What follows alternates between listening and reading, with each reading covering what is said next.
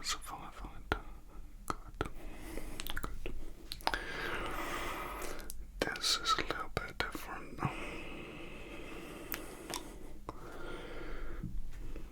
Obviously, fire is involved, so the standard ones still apply. Okay. We're going to be going over some of the alternate ones that are required for the supernatural firefighter force that you are signing up for now. Okay. Step by step, because this is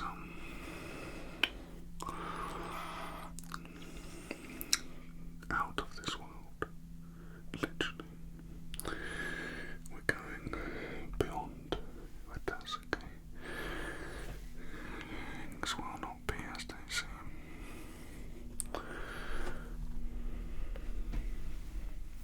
We're going to start with checks on the van prior to the sounding of the alarm. The vans obviously have to be ready to go. The trucks have to be filled with all the correct stuff.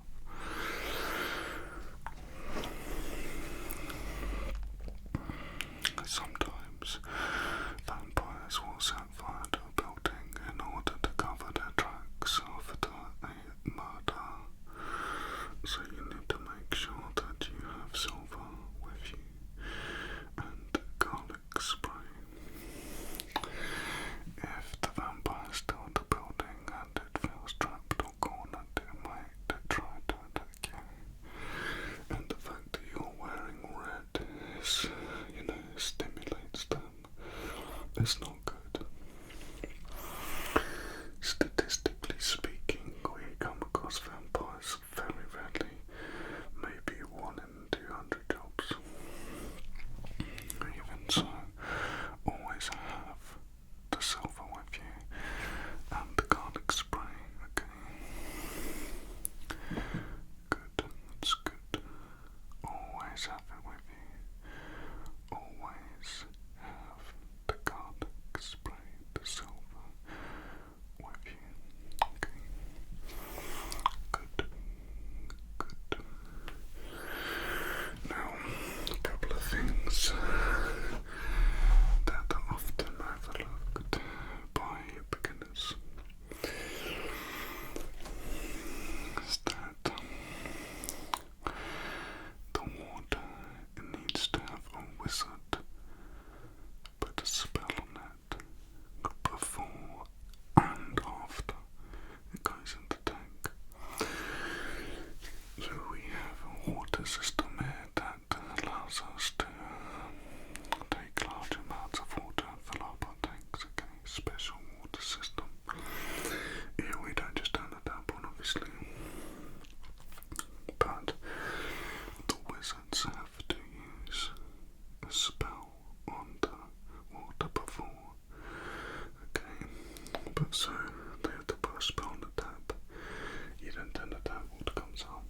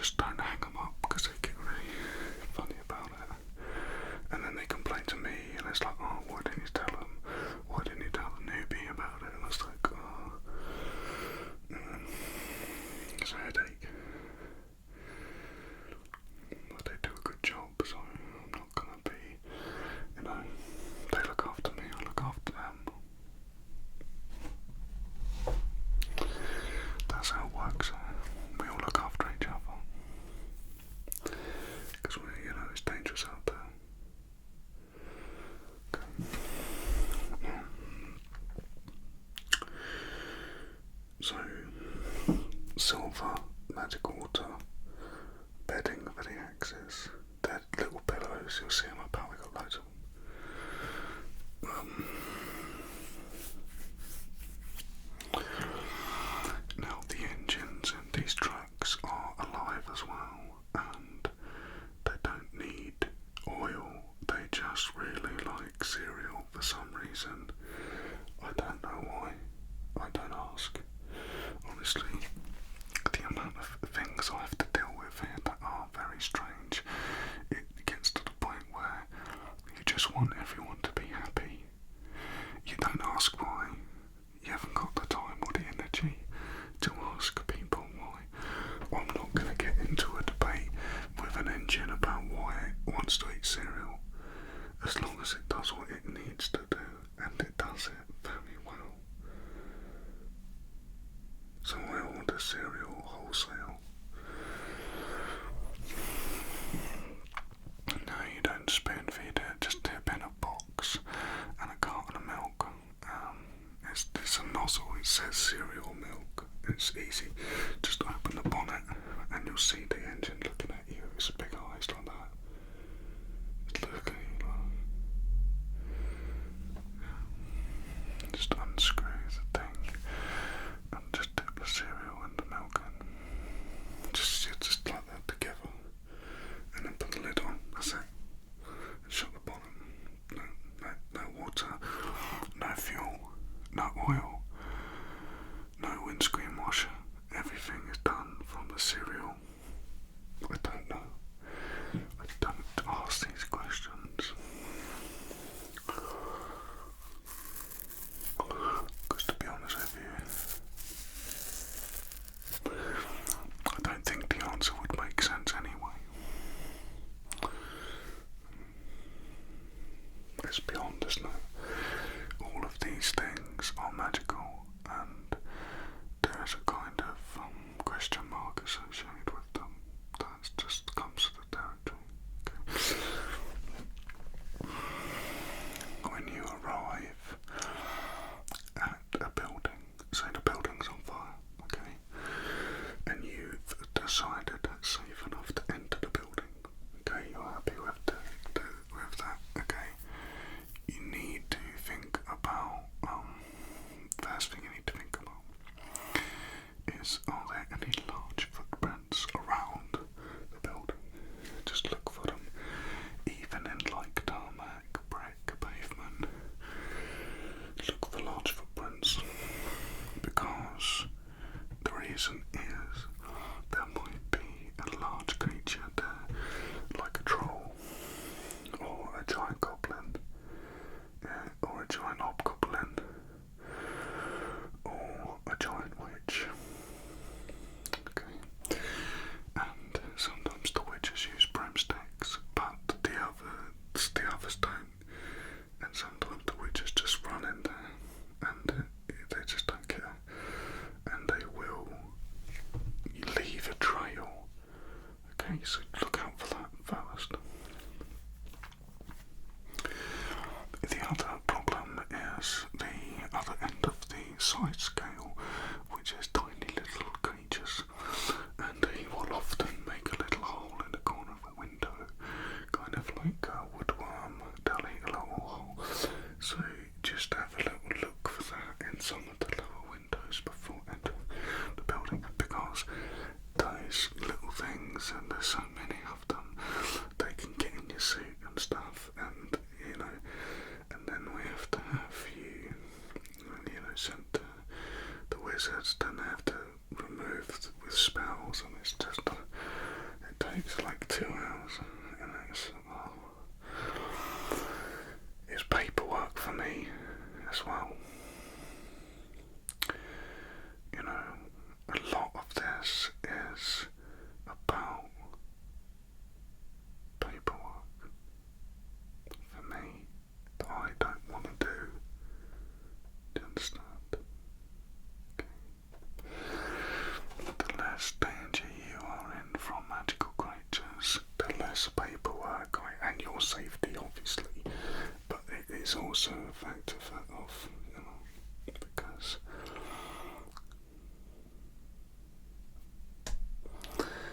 wants to do paperwork.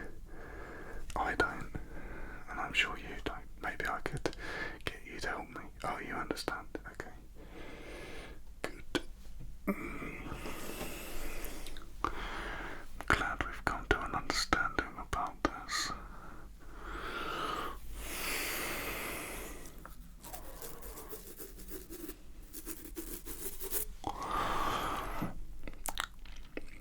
Well, let's say you've now decided that there is a giant in there.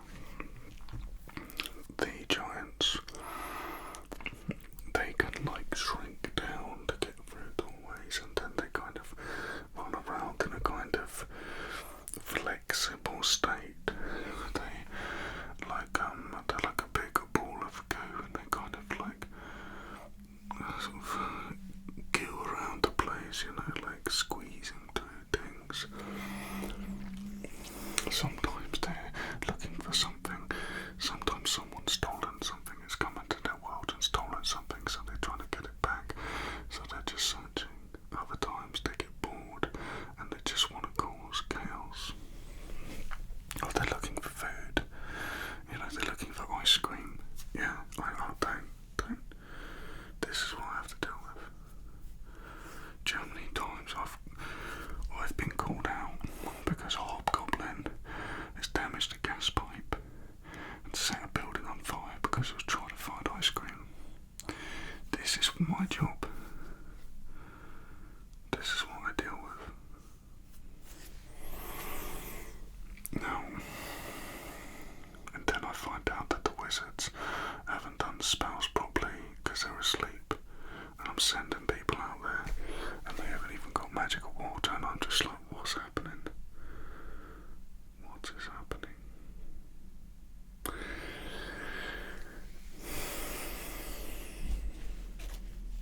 But you can't be rude to the wizards because they're the only ones that can do it. So it's all very like, oh please guys, please help me out here, please. And they're like, oh, I'm so tired, and they're sleeping like 18 hours a day. I mean, they are old. I don't know why we can't get some younger wizards in it. I just don't think they're interested.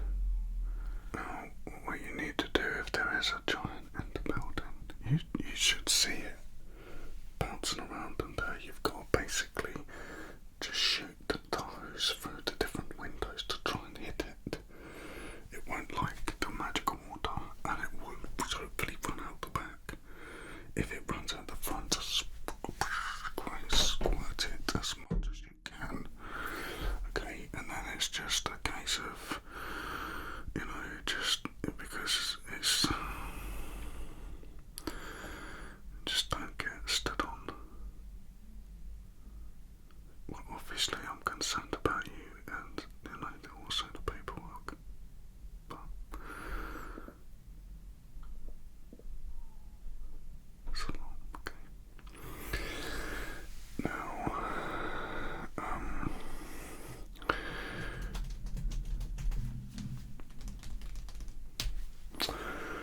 a couple of other things to remember. The ladders can sometimes, if the fire is magical, the ladders can sometimes be brought to life by the magical fire. I know. And then they can just start losing it, and they can start running around all over the place, and then you're like, what is going on now? And that's a problem because suddenly that ladder realises it's alive, and it's like, whoa, I'm alive, and then it wants to go partying, and then there's a nightclub, and you're on the ladder in a nightclub, and you're trying to put a fire out, and you're like, what are you doing? And it won't listen to you, it's too noisy in there. This is the kind of thing I have to deal with. Do you understand? But a protective blanket over the top if you think it is magical fire. Okay, if it's normal fire, you don't have to worry. But if it comes alive, that ladder is going to go to a rave, and it's going to take you with it. Okay. I wish I was joking. Okay, so once you're in there,